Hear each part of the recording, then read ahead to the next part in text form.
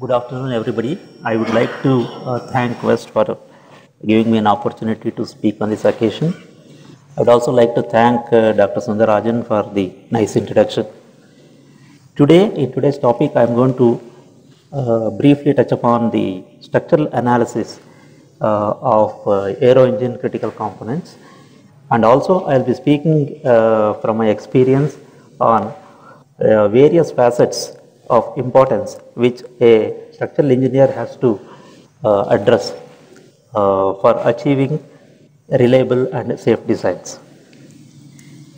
The major focus of today's presentation will be the Kaveri introduction, brief introduction, followed by the progress and development of Kaveri engine, followed by the some of the critical rotor components, an overview of the material requirements which a structural engineer need to know, and the structural requirements, some examples of the CAE analysis what has been carried out at our organization, and followed by the various structural test facilities at GTRE, and some thoughts on the way ahead in this challenge. Just to give a brief introduction, everybody may be aware of this. An air breathing engine consists of a turbo machine for compression and expansion, and a combustor for continuous combustion. Coming to the classification of air engines, depending on the application, the speed and the altitude, various types of gas turbine engines have been used in the industry, right from the turboshaft engine for the helicopter right up to the turbojet and ramjet engines. The question is, why turbofan engines? Especially with respect to the military as well as the civil applications, turbofan engine has been very popular simply because both the bypass as well as the core flows provide the thrust, and it has a better propulsive efficiency. It contributes to lower noise levels and also environment friendly. The various gas turbine engine variants is demonstrated in this picture. As you can see, the turbojet engines are conventionally used for small aircrafts and vintage aircrafts. Turbofan engines are used for several civil aircrafts as well as the military applications, and the turboprop engines are also used in some business class aircrafts. Coming back to the Kaveri engine development with a brief history, GTRE is developing the Kaveri engine, which is basically a transonic twin spool low bypass engine with a air mass flow of 78 kg per second and an overall pressure ratio of 0.16. It has a TET of approximately 1700 K with a max dry thrust of 52 kilonewtons and dry thrust of 81 kilonewtons. We have gone through several stages of engine development right from the scratch. At the beginning of the program, we neither had the CAE tools, nor the expertise, nor the technical wherewithal in terms of collaboration, etc. So we had to begin from a scratch, and we have built upon through rigorous work and experiments and trials. We have built a sufficient level of maturity of the design expertise, the component testing, the manufacturing technology, and also the engine testing program. And based on the earlier engine developments of gas turbine 37U and UB programs, we have culminated into successfully developing Kaveri engine, which is right now undergoing endurance test in our test beds. And the picture shows the digital as well as the prototype of the engine development program. We have a total digital model which has been made using purely CAE tools, which consists of, this picture shows the various modules that form into the gas turbine engine with a total independent part count of roughly about 23,000 parts. Coming to the roadmap, soon after the design freeze, we went into several prototypes of the engines called K4 to K9 engines, and this has been subjected to various tests, engine level tests, in order to address the certification requirements of CEMILAC and also in between wherever there were issues that has been sorted out through the serious design modifications, and at the end of we have successfully completed the altitude testing, we have completed the component testing, the endurance testing, and also we have successfully flown in the flying test bed, and right now the engine is undergoing mission testing as well as the endurance testing in the engine test bed, and shortly we will be falling into the certification and the flight trials. See, the moot point is in the whole gas turbine engine structural design, the most challenging components are the rotor components, and rotor components, and some of the major rotor components is shown here. One is the LP compressor rotor assembly, which in our case, in our engine is a 3-stage compressor, a 3-stage fan and a 6-stage compressor, and we have a single stage highly loaded rotors, LP turbine and HP turbine. And the background, the backbone of all this structural design is the materials, and hence choosing the right material and the selection is of utmost importance to designers. Let me give an overview of the material requirements. Engine basically consists of 2 sections called as a cold section, where the temperatures are much below 500 degrees C, and the major components come as the fan, the compressor, the casing come under the category of cold sections, and hot sections, the combustor, the turbines which experience up to 1100 degrees C. See, the material development has progressed in gas turbines basically based on the demand of the structures people on the higher operating temperatures, higher loads, the lower engine weights, longer operating lifetimes, and decreased failure occurrence. What does it all sum up to? All this sum up to only 2 things, that is better performance and lower life cycle costs. And from the perspective of structural engineer, he has his own set of parameters, which you can call it as a wish list, wherein the materials which has been developed should operate for number of hours at a very high temperature. It should be able to sustain the thermal stresses, the creep, high mechanical stresses, the high vibrational loading. It should resist oxidation, corrosion, and creep. Coming back to some of the materials which has been developed over time for the cold sections of the engines, predominantly the titanium alloys have been used for the cold sections. For example, fan disc blades, etc. What is the advantage? The advantages is the high strength, high stiffness, low weight. And one of the most critical developments of metallurgy is that the rotating discs must be totally integral, it should be reliable, safe, and it should, the failure should be less than 1 in a million. And hence the metallurgy of the discs is very critical to achieve the desired properties and to eliminate defects. Only when we have such material, highly reliable material, the best of the CIE tools can help us to design a better component. As you can see, the specific gravity of titanium alloys is roughly about 58% of steel, and it can go up to 500 plus degrees centigrade. Coming back to the hot section parts, normally Nimonic superalloys are used for critical hot section components, and basically this is because of very high strength and a better creep rupture properties and a temperature resistance up to 1100 C, and it has a very good oxidation and corrosion resistance. Normally nickel and cobalt based alloys are used for these superalloys, and the specific gravity of 8.8, it has a very high strength to stiffness ratio, and 50% of the current engine materials use Nimonic superalloys. Now, if you see the temperature capabilities as well as the strength capabilities, we can see that the Nimonic superalloys offer stable material properties right up to 1100 C, and also it has got a very good creep rupture properties. And also along with this, there have been several developments over a period of couple of decades on the way in which the creep strength of the turbine blades can be improved. Starting from polycrystal material, we have moved on to the columnar crystal, which is also known as a directionally solidified materials, and the current trend is on the single crystal materials. First generation is over, now second generation of materials are starting. Coming back to the structural requirements, this is where the focus of today's lecture.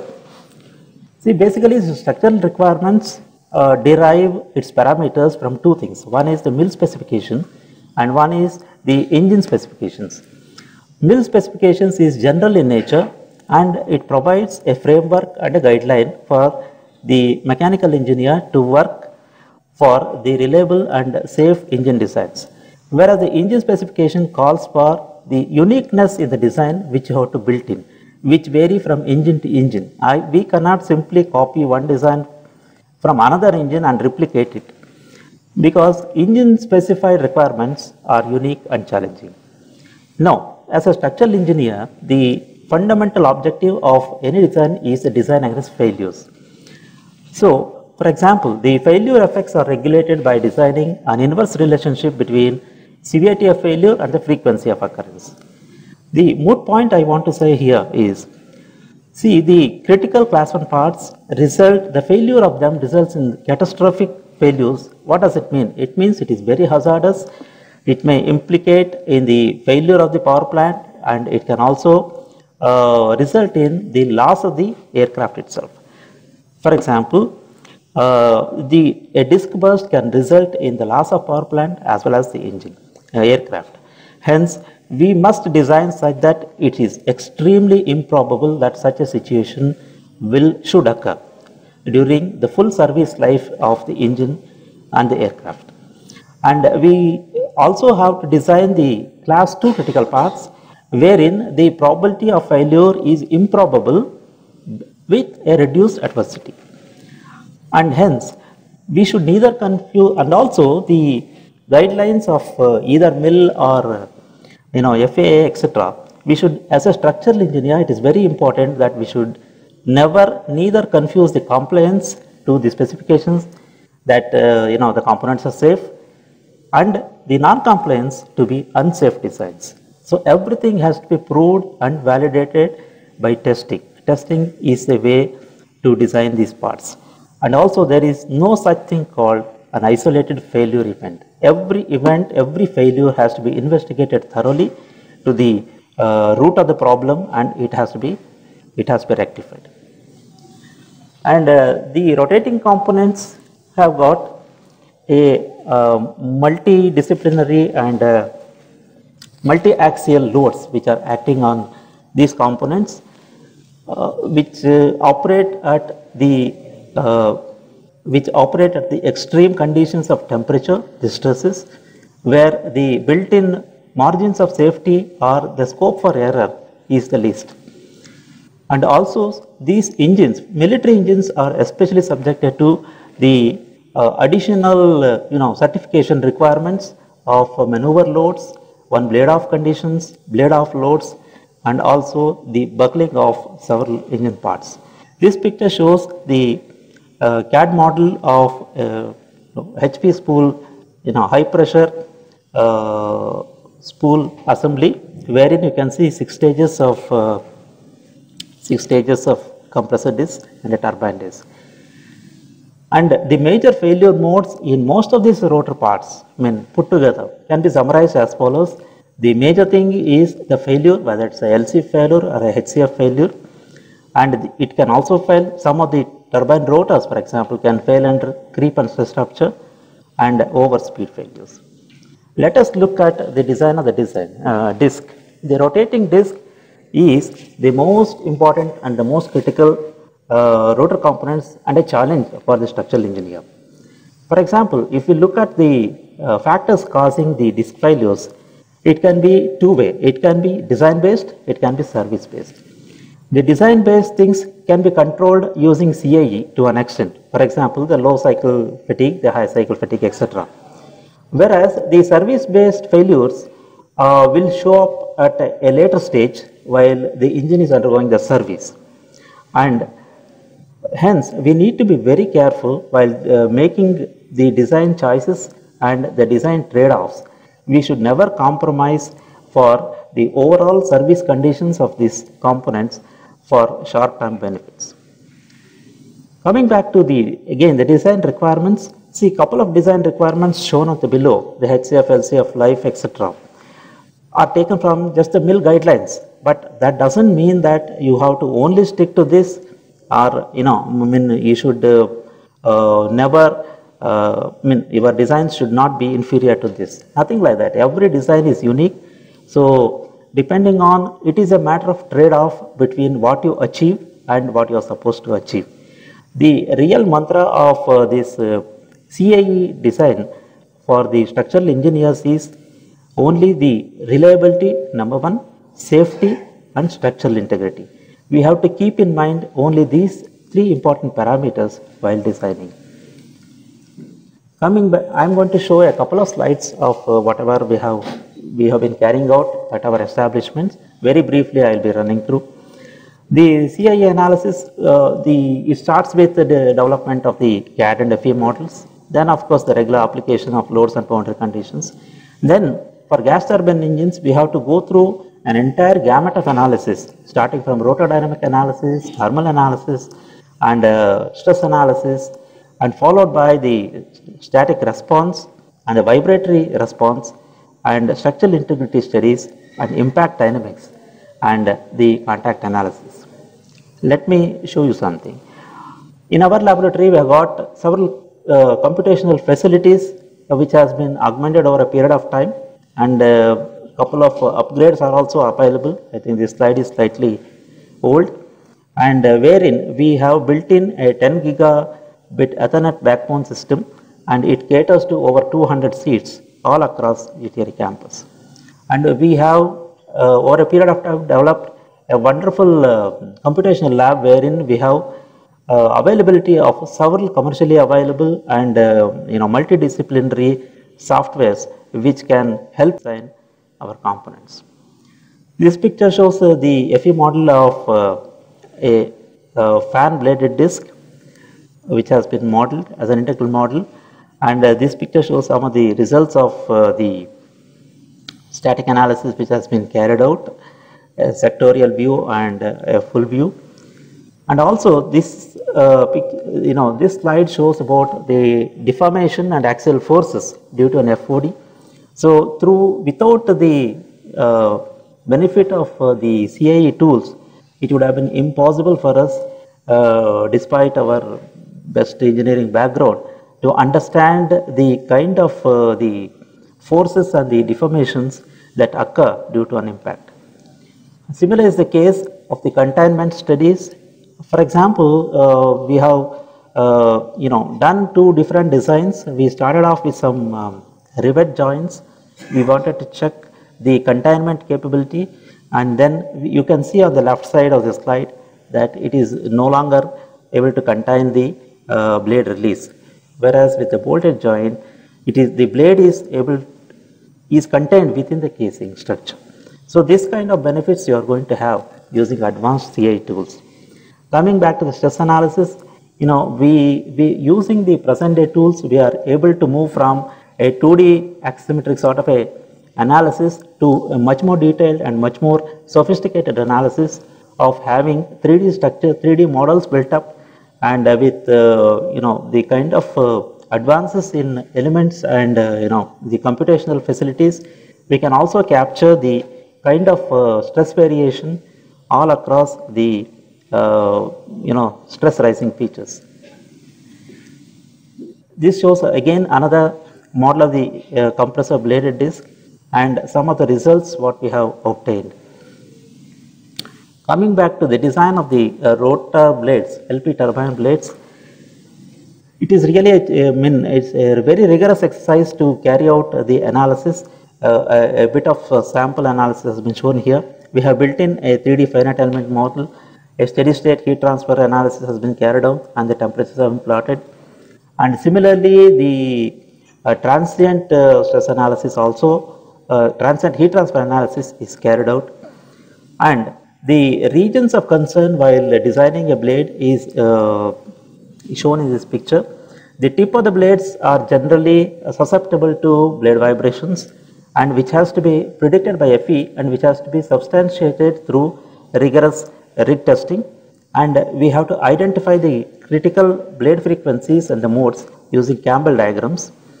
And the root section and the platform section is highly susceptible to high cycle fatigue, wherein the fillet radius between the aerofoil and the platform is very crucial in design, as well as the top neck of the fir tree root, whereas the areas of the highest stresses occur at the blade root serrations in a fir tree, and they are susceptible to low cycle fatigue. Hence, we can see the challenge for the designer, for the design analyst, is in a single component you can see various regions are having different kind of failure modes, and one has to address each of them.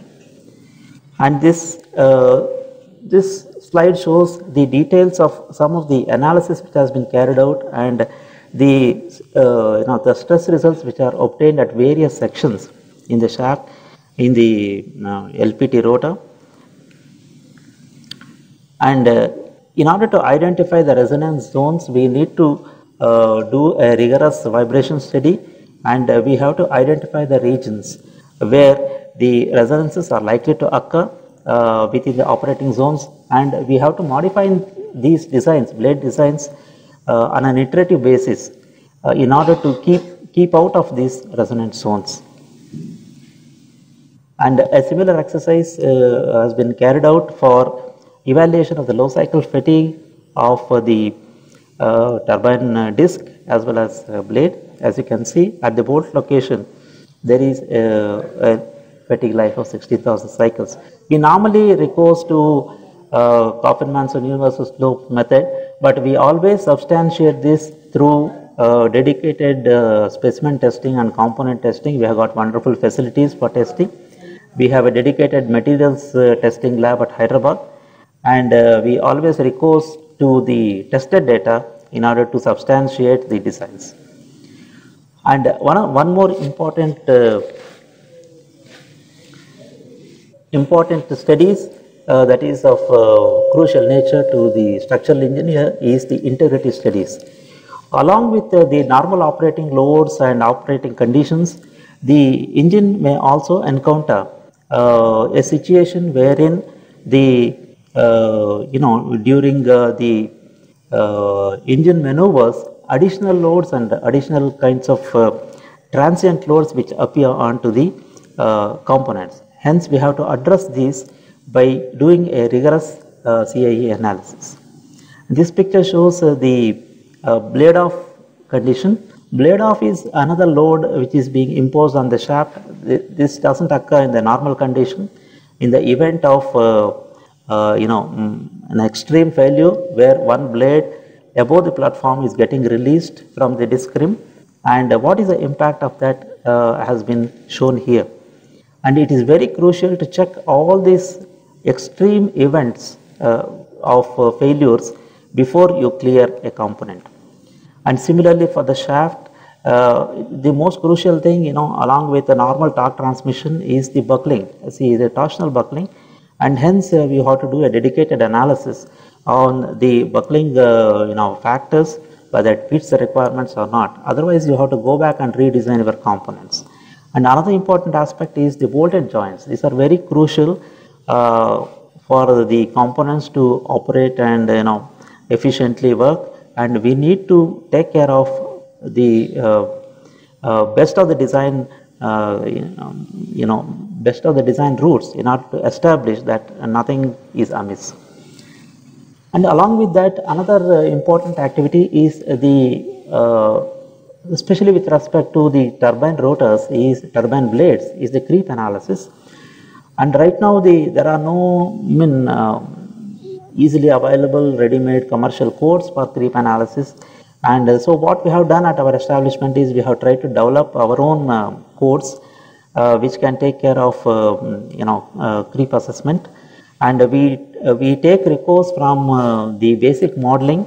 We take the results out of the static analysis, and also based on the transient temperature conditions, we extract the data from there, and we are going to plug into the programs what we have developed in order to establish cumulative creep life. And we have also developed a low cycle fatigue counter, which basically helps us to evaluate the residual low cycle fatigue lives of all the critical components.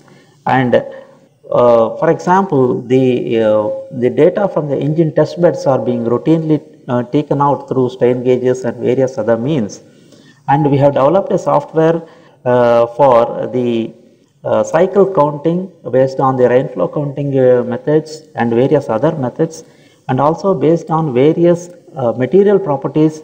We have built a code wherein it is able to pick up the engine data and able to convert at the end of every run what is the accumulated fatigue damage, and that will give the designer and also the testing person a confidence to go ahead with the test. Hence, the test schedules are basically cleared based on the damage accumulation that has occurred. Also, we have converted this kind of this program into a software which is embedded onto an electronic device, and which we are using regularly. So, along with so many CAE activities what we are taking, it's always a must in the military aviation that you have to test each and every designs very rigorously, and over a period of several decades we have built wonderful test facilities which are existing at GTRE, and we have cyclic spin facility in order to establish a fatigue life of the discs. We have the Ferris wheel facility for the disc rim integrity. We have vibration test facility, dynamic spin facility, which can which can establish your high cycle fatigue and mode shapes and higher order fatigue. We have a bird ingestion facility, we have a torsional test facility for shafts, we have a blade HCF test facility, and so on and so forth. Coming back to the future, what is it we are all looking forward to? I think we are looking at much more rigorous analysis with new kinds of technology, new kinds of materials. We are moving from the conventional area to the design of the blisks, to the design of the MMC, bladed rings, and also people are also talking about ceramic blades. Of course, there are a lot of issues associated with that. But once it is sorted out, we have to seriously look at the ceramic blade designs, and also ceramic fiber reinforced composites. I think this is an area of short future, nearby future. I think we have to gear up for designing using these exotic materials and new technologies which are coming up. A brief list of the way ahead. I feel a multidisciplinary optimization for life limited parts is the need of the hour. I think gradually things are falling in place, but we need much more improvements. And the risk mitigation by design validation. I think design validation has to still move a lot ahead, and a lot more work has to be done so that we can minimize the various risks through modeling. The influence of the manufacturing processes, this is something that still it is in nascent stage. Of course, a lot of progress has been done in Western countries, but still we have to move ahead in this area. And also there is a lot of talk of certification through analysis, and I think this is a very relevant topic, and I foresee shortly that this is coming through, maybe another decade. And see, for the design of for any structural engineer, I think the only way to survive and succeed is only building the components through reliable components and having the highest integrity, and it is the power of innovation. I think that is the need of the hour. So without innovation, I don't think we can progress further. Thank you very much. Are you born to engineer?